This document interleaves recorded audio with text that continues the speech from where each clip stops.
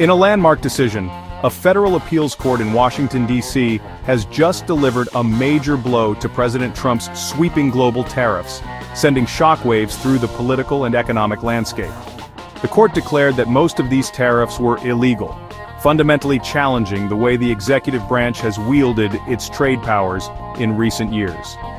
In its detailed opinion, the court ruled that President Trump overstepped his authority, essentially making law on his own without the necessary approval from Congress, a move the judges found unconstitutional. This decision directly challenges the core of Trump's America First trade policy, which has been a defining feature of his administration's approach to international commerce and economic strategy.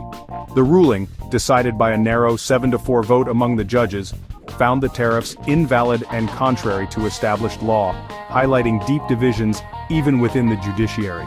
The court's decision specifically targets Trump's broad tariffs on goods from nearly all U.S. trading partners, including the controversial 10% Liberation Day tariffs, and a range of other reciprocal measures that affected global supply chains. However, the decision does not affect earlier steel and aluminum tariffs, which were justified under a different law focused on national security concerns, leaving those measures intact for now. The court's analysis centered on whether the president can use emergency economic laws to impose sweeping, long-lasting taxes on imports without Congress's explicit approval, raising fundamental questions about the separation of powers. But the legal fight is far from over. The court delayed the effect of its ruling until October 14, 2025, giving the Trump administration ample time to appeal to the Supreme Court and potentially reverse the decision. For now, the tariffs remain in place, so nothing changes immediately for American consumers or businesses, who will continue to feel the impact of higher prices and shifting trade dynamics. But the court has drawn a clear line in the sand, questioning the limits of presidential power in trade, and setting a precedent that could reshape how future presidents approach economic policy.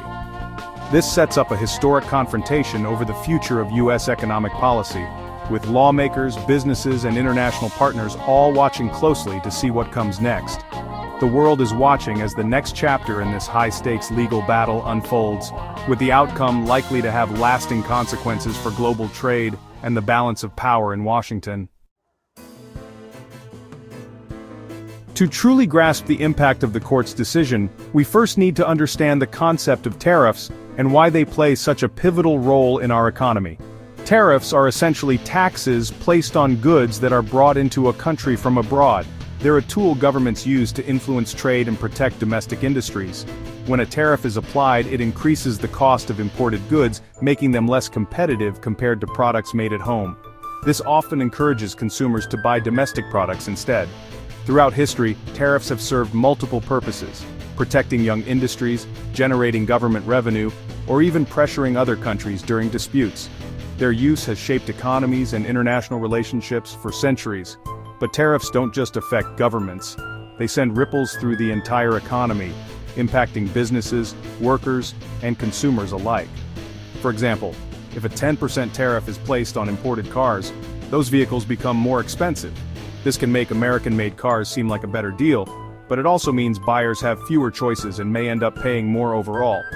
Businesses that rely on imported materials, like furniture makers who use foreign wood, face tough decisions. They can either absorb the higher costs, which cuts into their profits, or pass those costs on to customers by raising prices.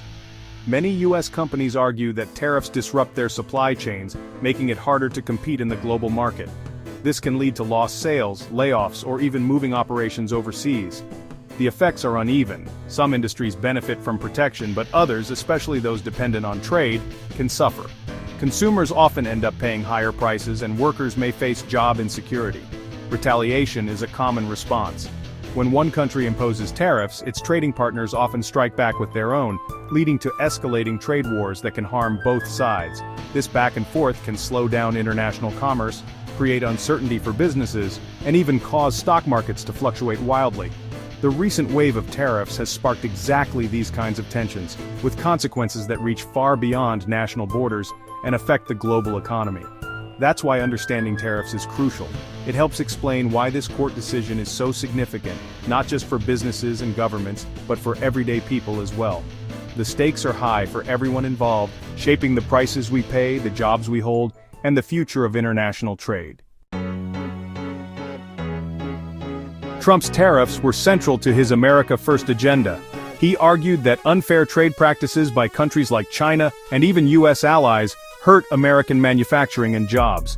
The administration claimed tariffs would force better trade deals and level the playing field. Trump's reciprocal tariffs aimed to match other countries' higher tariffs on U.S. goods. The 10% Liberation Day tariff was a sweeping measure to reset global trade relationships. The administration said these moves would protect American industries and encourage domestic production. Supporters saw this as restoring U.S. economic independence. Critics, however, warned of higher costs and global backlash. The court's ruling now puts these bold policies in legal jeopardy. The future of America First trade is suddenly uncertain. The court's decision wasn't about economic policy. It was about the limits of presidential authority and how far a president can go when invoking emergency powers. This case raised fundamental questions about the balance of power in the U.S. government. Trump's legal team pointed to the International Emergency Economic Powers Act, or IEPA, as their main justification for the sweeping tariffs.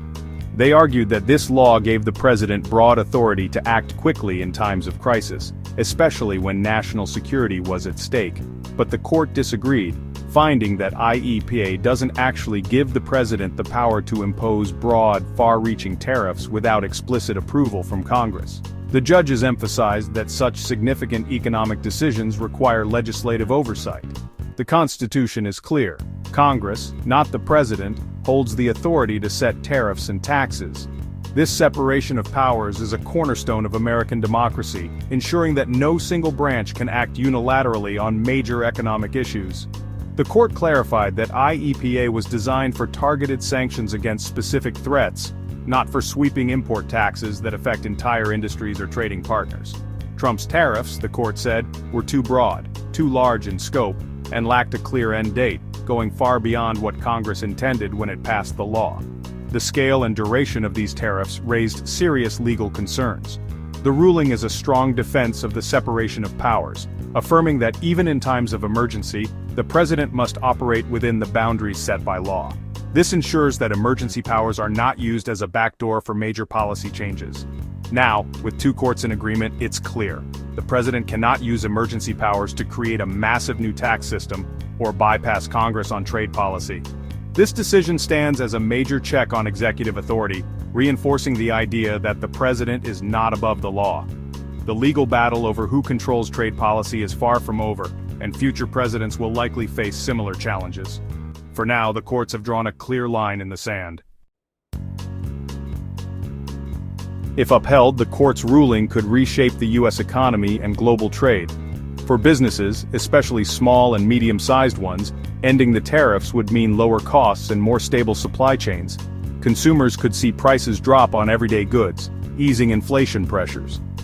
America's trading partners like Canada, Mexico, and China are watching closely, as the tariffs have strained relationships and triggered retaliation.